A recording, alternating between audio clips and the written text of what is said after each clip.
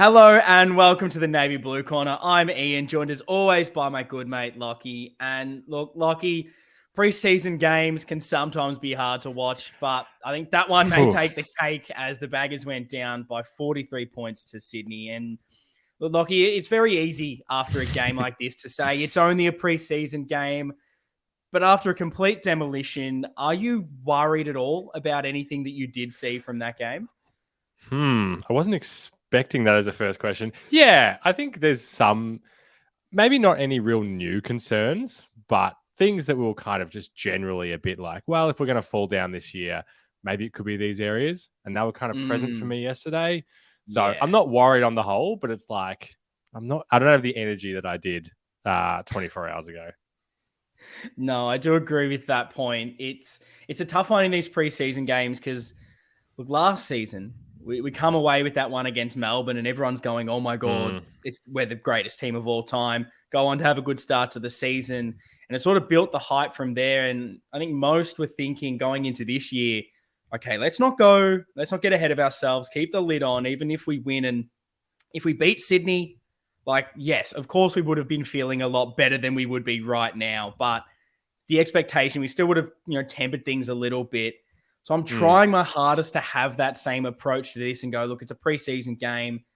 We beat Melbourne last year and it looked unreal. Melbourne then went on to go like 12-0 or whatever they did in their little run. So there's still hope that they got out whatever they did in this game that they needed to. But I think my issue with it is it's the same things that went wrong in this game that were probably my few worries that if I had them jotted down beforehand, they were probably like all the reasons that we didn't play well in this game. It was like, weren't great at kicking, skill execution wasn't there, transition wasn't good, that play in that final third was bad. It was like all these little things that were probably question marks going in still worried me. And I guess we'll go into those into finer details when we go throughout it.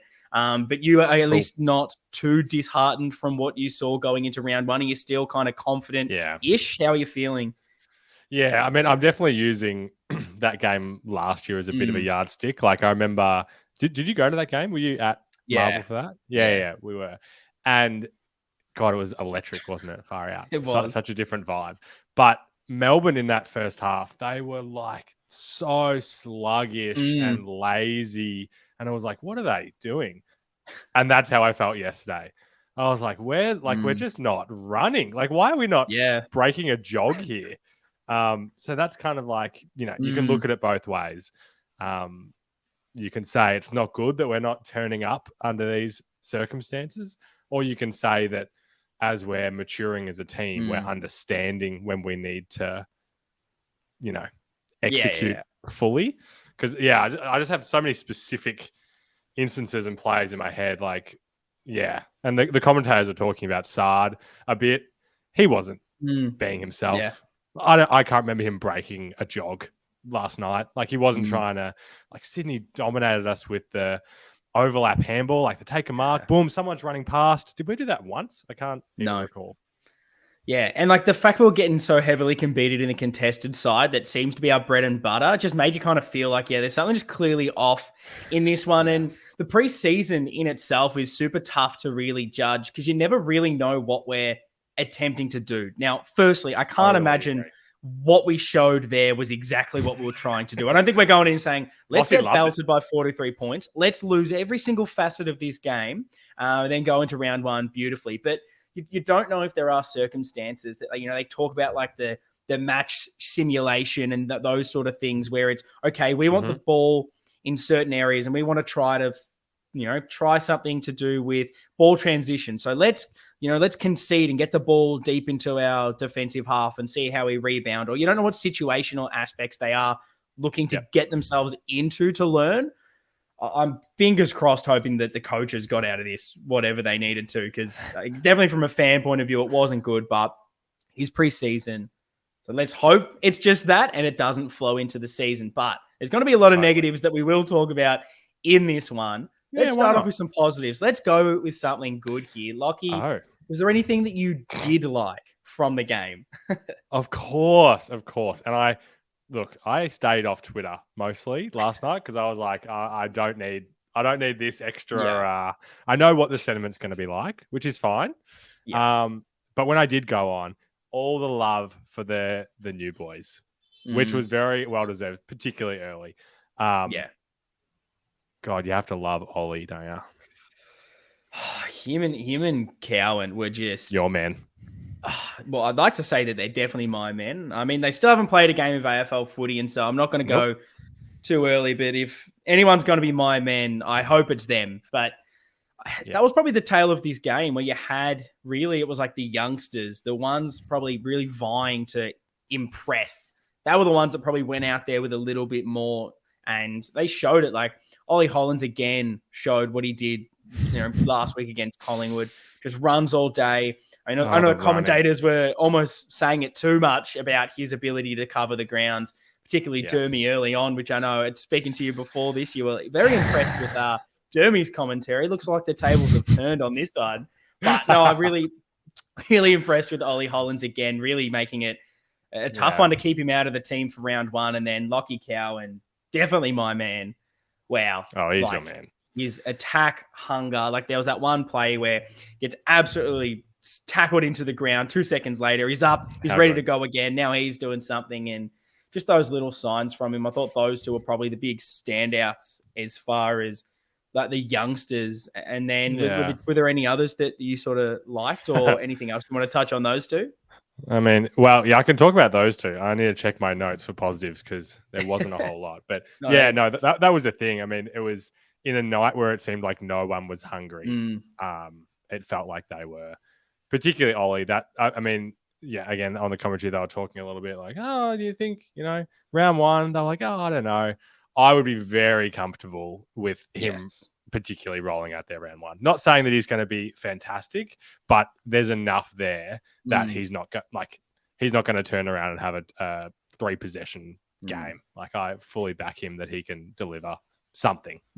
And then the nice thing I liked with Hollins as well, he's obviously doesn't have a lot on him. He's a very skinny man, but he still tries his hardest to be as tough in the contest as possible and tries to bring that tackling pressure. And sometimes it doesn't work because he is just so light a frame, but he's not shirking the contest. He's going in there with everything. And that's all you can kind of ask from a guy like him. And really, there was probably a couple of others that I did like as well. Speaking of that wing, was Blake Acres, I thought came straight in and again, really just looked probably a step ahead of a few others. He was getting on the end of a lot of the good work that we put together. His ability to be one of the deepest players we had in that forward line at times was really impressive, just the way he was covering the ground. And every time he was probably just around the ball in general, I just felt really calm and composed that whatever he was going to do was going to help us and propel us forward. So I thought that Acres, you could just tell how much of a difference a player like him makes in this team. And I think at the end of the season, we're going to be looking back thinking like, wow, this guy, what a pickup. Like, not going to set the world on fire, not going to be a Brownlow medalist or anything, but just what he does, his role in our team, he's perfect for it. What did you make of another game of Blakers?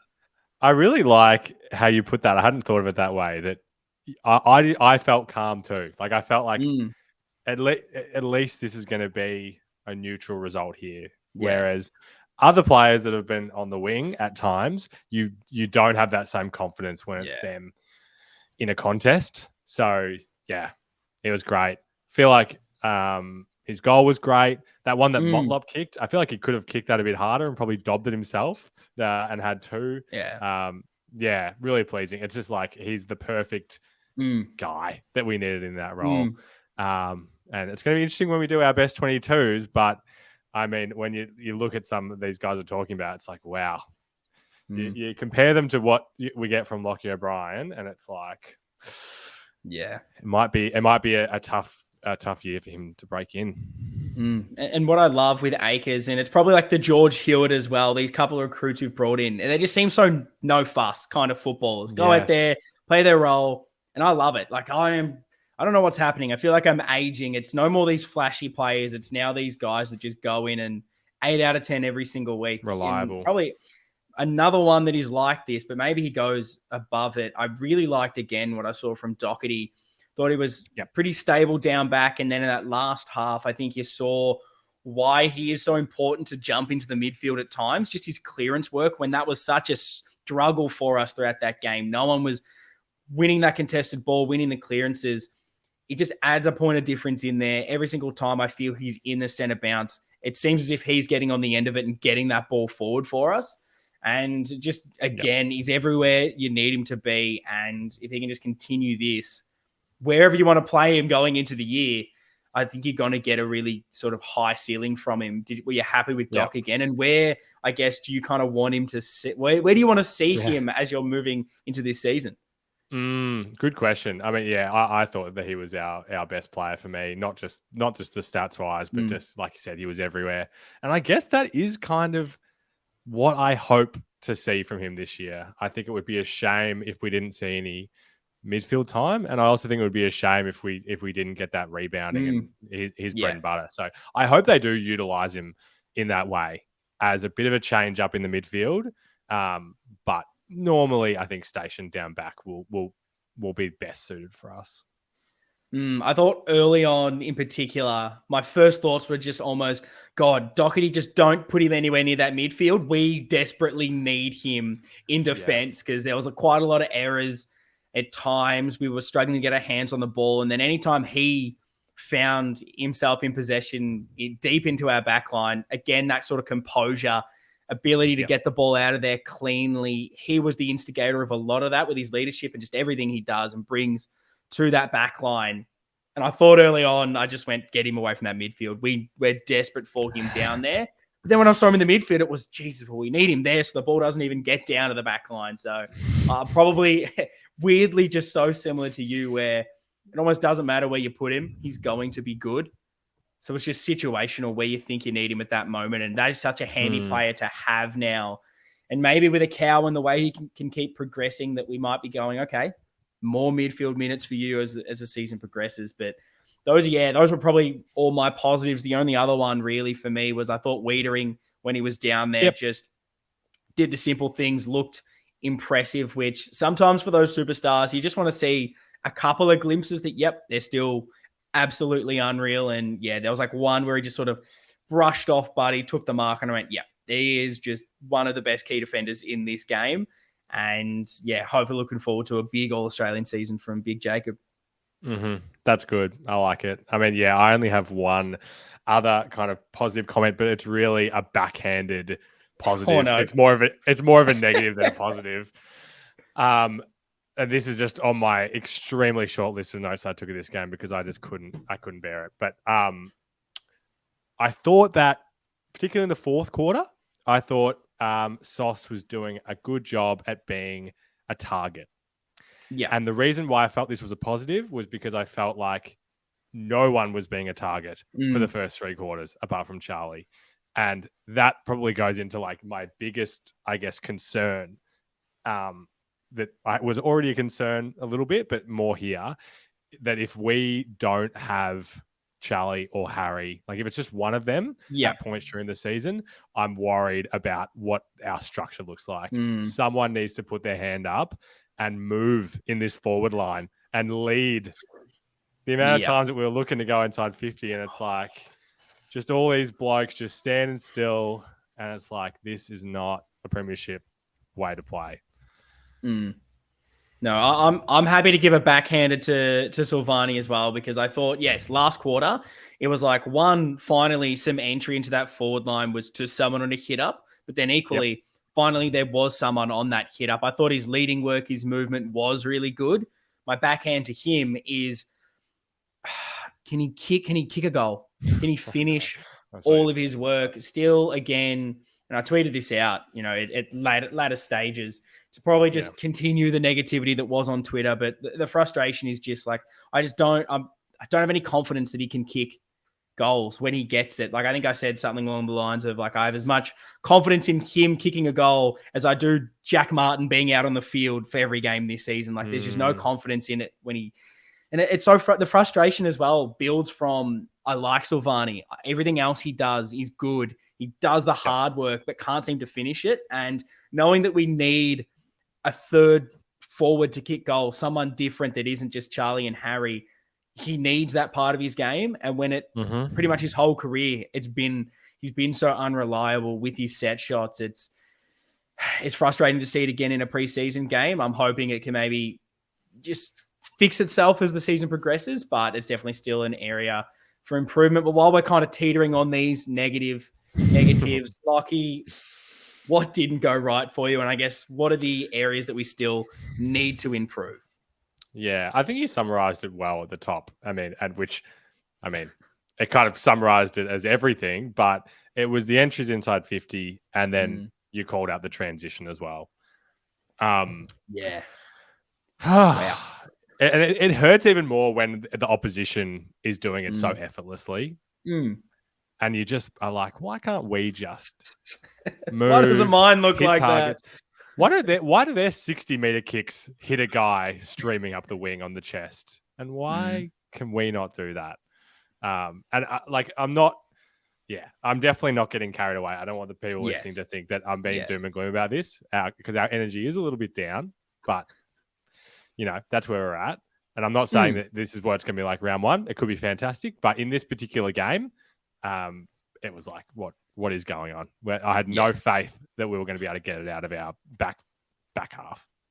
No, I agree. And I think it's good to put that caveat on it, because we're here to review this match. So that's what we're trying to do. But equally, it is preseason and anything could happen from now until then. So we're not trying to read too much into it. But I agree, the skills by foot, moving the ball out, there was just so many just scrappy errors, missing targets, which then didn't help the pressure building onto it. And there was just, I think you nailed it at the top of the show when you were talking about just a lack of speed and purpose in transition. Every time we got it, it didn't feel like there was this is exactly what we're trying to do here. And that is maybe a slight worry, where it just didn't feel as if there was that connectivity. And maybe there's parts of that they were trying different things and going, okay, we've been happy with everything we've done preseason. Let's just try these few things and see if they work. And maybe they do, maybe they don't.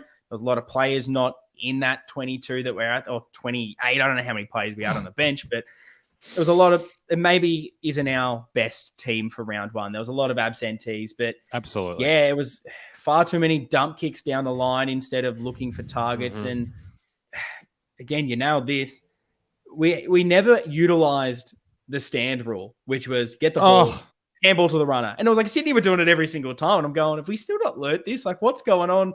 But again, you don't know. Are we trying something different? But I think the lack of run was frustrating. And on Adam Sard, maybe the instruction was, Sardi, this isn't your day. We know what you do. You stay deep in that defense. We want to see what Cow and Chincotta, we want to see what these guys can do. Let's give it a go. And maybe that just stopped how we were meant to be playing normally. But that was a big standout. And then, the lack of purpose and structure in that final third. You said it.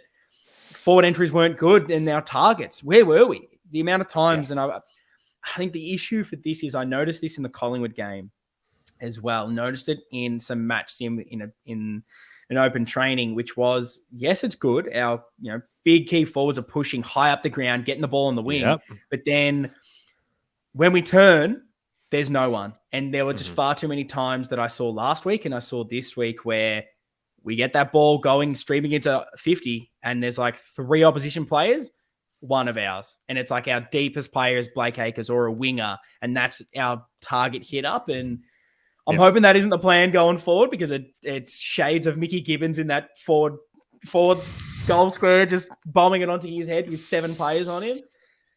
But just that final third play was lacking again. And if this happens again round one, then the alarm bells may start to come out for me. But you can only call it how you see it on the day. And that was just another struggle, I think, for me. Was there anything sort of else for you on those?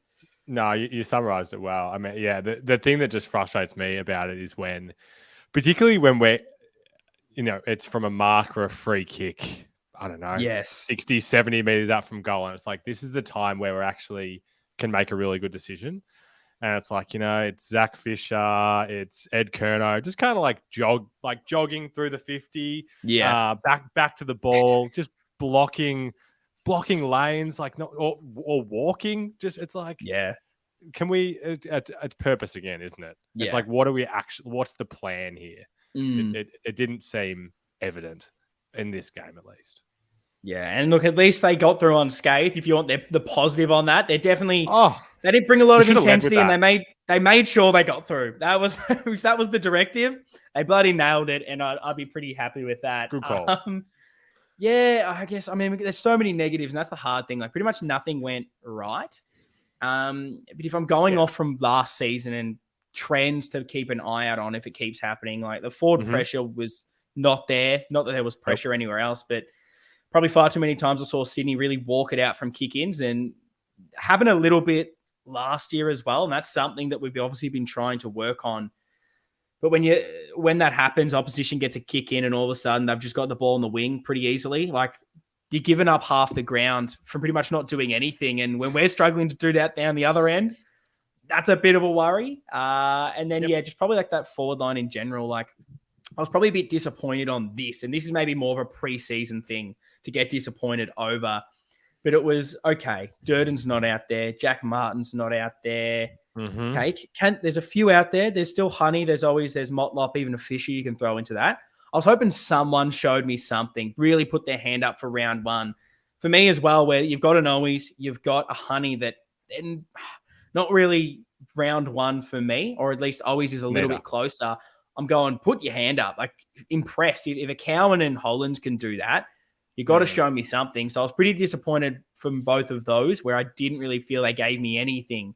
There was any positive about their game to say, okay, you've made selection a little bit tougher for the coaches. I think that was one of just those glaring preseason things where you look at the game and go, we probably could have got more from those few.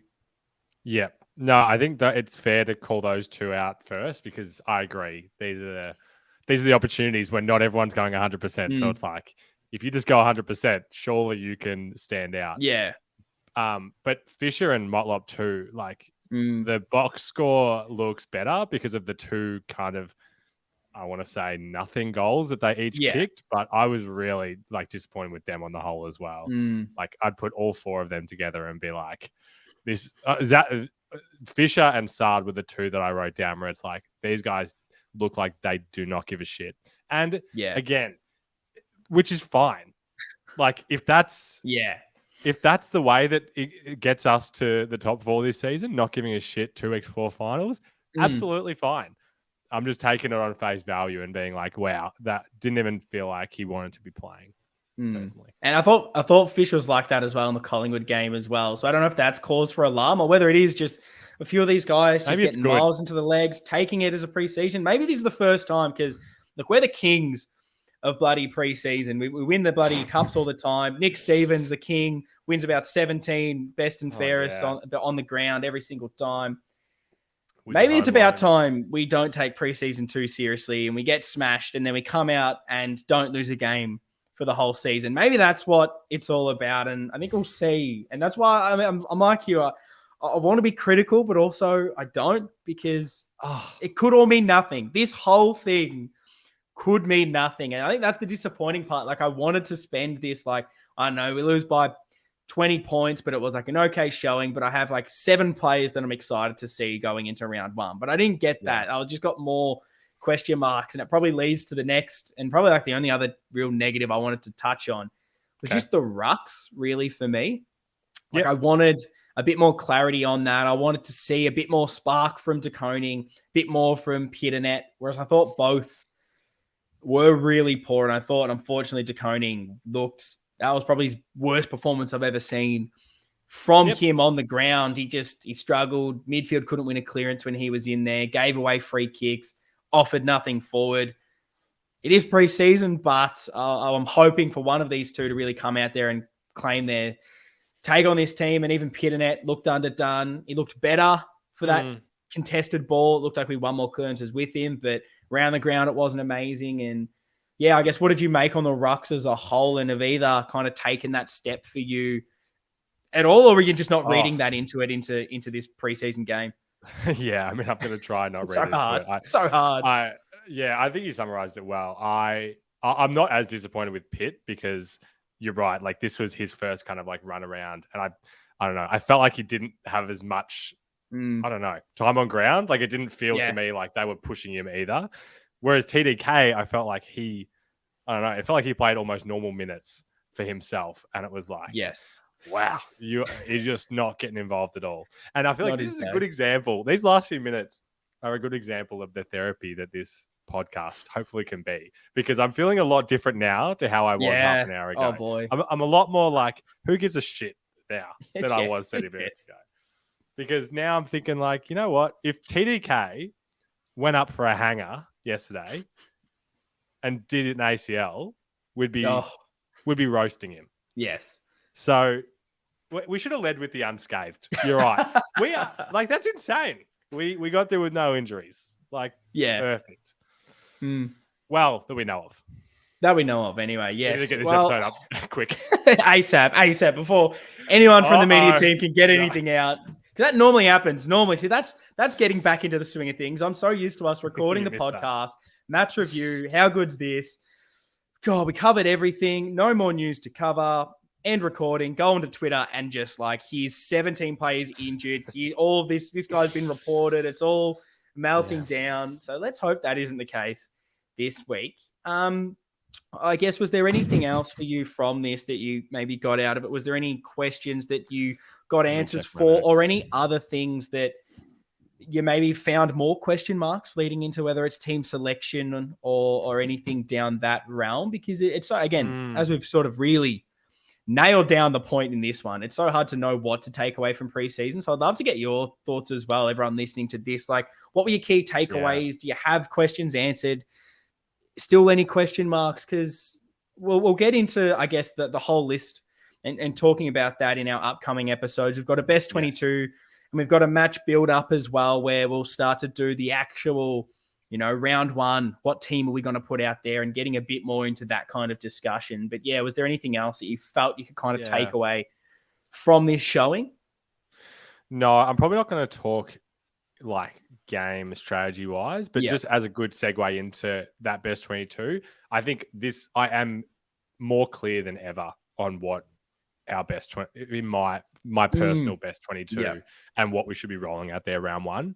I think I'm not gonna try and give any spoilers, but some of those guys, it's like they just did not show really anything yesterday, and it's like, maybe you're on the fringe. It's like, and maybe like a really like impressive game could have been that ammunition. It's like, you know what? No, you're not there yet. Let's see you deliver in the twos for a bit and get in there. That's really the only other thing.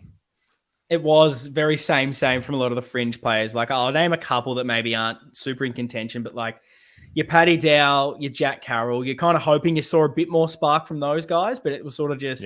you're definitely Jack not Carroll didn't get much starting. Of a crack, but like, I didn't see enough to go. You're close to pushing into this best 22 come round one, which is probably the disappointing part of preseason. I was hoping to see a bit more from these guys to get a little bit more excited about, even if it was just, okay, we may not see him round one, but come round 10, is there a bit more with this guy? And obviously there was so many out that I wanted to see, like Gov, obviously with the birth of his child, wasn't there. Marchbank with a bit of a calf wasn't there. Newman, Cripper, Charlie. There was a lot of guys that obviously didn't play in this, when if you take them all out of your best 22, maybe that ruined a bit of the cohesion around some of what we were trying to do. Sure. But look, I mean, I don't have much else to say. We had started a segment, I think, last week, that the Navy Blue Corner Hall of Fame. And look, the funny thing is, both of us had brought something to the table for this, but I honestly don't think that the boys deserve it. Like, we're feeling a little bit flat. That's a fun segment, and maybe this episode does need that. But you're not getting it. We'll be back next week with it. Oh, you scared me for a second there. No, no, we don't have our suits on. We don't have the ceremony and pomp and circumstance around it. But don't worry, we haven't just shelved that. Lockie hasn't told me it's the worst segment he's ever heard. I love it. And it's banned from the podcast. It will be back and flying in full force, because I think coming through this season, when there are some down weeks, it's going to spruce things up a bit. But look, this game against Sydney, it's almost one you've just got to go, let's forget about that. Let's hope the coaches got everything they could have needed to get out of that, be as prepared as possible for round one, and then just hope we see the best Blues against the Tigers. Lockie, is there anything else that you wanted to add before we wrap this one up? It's probably the quickest match review we've ever done. It probably is, and for good reason.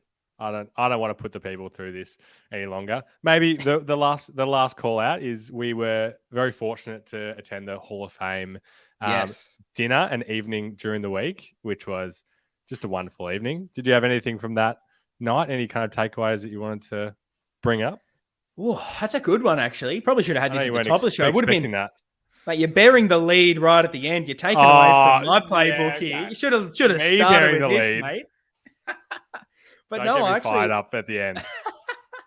It was honestly, it was a really good night. And I think what I enjoyed was the first time Vossi sort of said last season wasn't a success, which I know a lot took away when that was spoken about, said that like we need to improve, like last year wasn't good enough. And I'm happy that has seeped in past just the playing group. We got that a bit more in the media and the fan side of things. I mean, apart from that, like the Pitternet was almost best on as far as the fan interactions. Loved my little interaction with that man.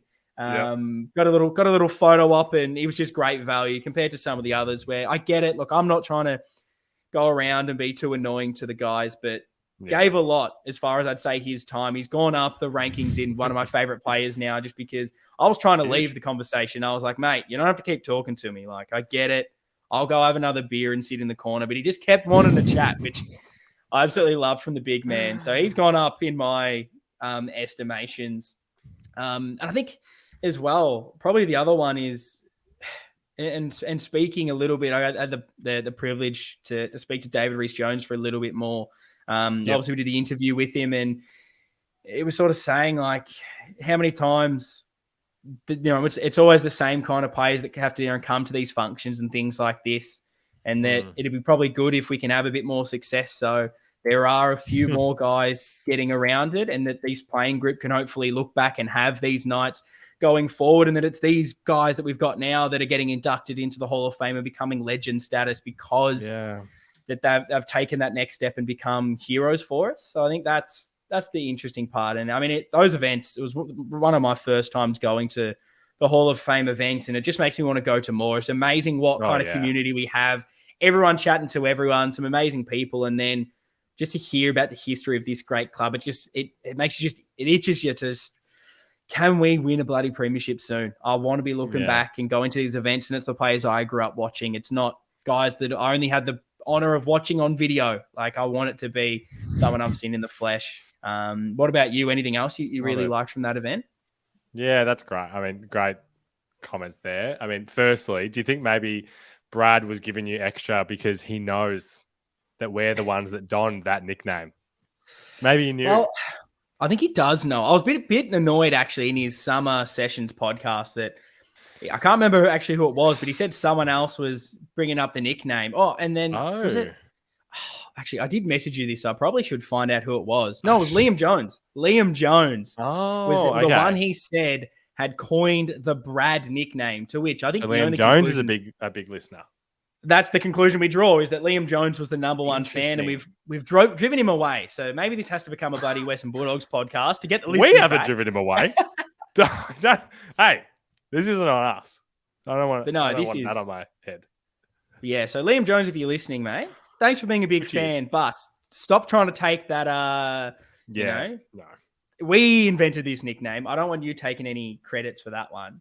But I think maybe there's something in there. Maybe that's why he saw me coming and went, he's the man that started it all.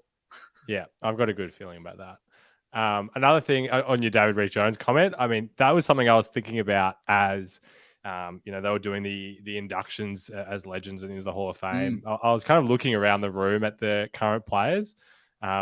Jesse was sitting at the table next to me, and I was just kind of like looking at him as he was watching them talk about the great players and stuff, and just wondering, like, I wonder, how he feels about this, and what is he thinking about? Like, is this, is he getting that feeling that we get about, just what legends these guys were? And I mean, the one that stood out for me was hearing Horry Clover's story in more depth. Oh my goodness. What a genuine legend. Definitely recommend anyone that doesn't know the Horry Clover story to jump on the Blueseum and have a read because it's insane what he did before coming to Carlton and kicking out most goals in the game. Just crazy. Yeah, no, those stories are amazing. Hearing that rich history, it makes you proud to go for this club. So yeah, recommend anyone if they can go to these Legends events. They are so great, and I think there was a little bit of another part of me when like they announced Chris Judd into that category as well, was just looking back at that time, and I couldn't help but think like what a missed opportunity that was, that period of time. Yeah. And so it's making me just more eager to say, don't waste it this time, boys. Like, you've got to go on with it. Like, we probably should have done better when we had one of the greatest players of all time. Yeah. What are you doing now? We've got some greats. We've got Coleman medalists, Brownlow medalists, all Australians. Let's get it together. Let's get it done. Let's put this Sydney practice match in its place, what it is. It's a practice game. Who cares about it? No one in 40 years' time is going to be looking back and saying, remember that time we played in Blacktown and the bloody coverage cut out and the Fox footy blokes were stuck in the studio, not knowing what to say. I don't think we're ever going to talk about that one. But look, that is going to wrap this episode up. We've got a lot of content coming through. Best 22, match build-up, plenty of stuff to look forward to. See you guys next time.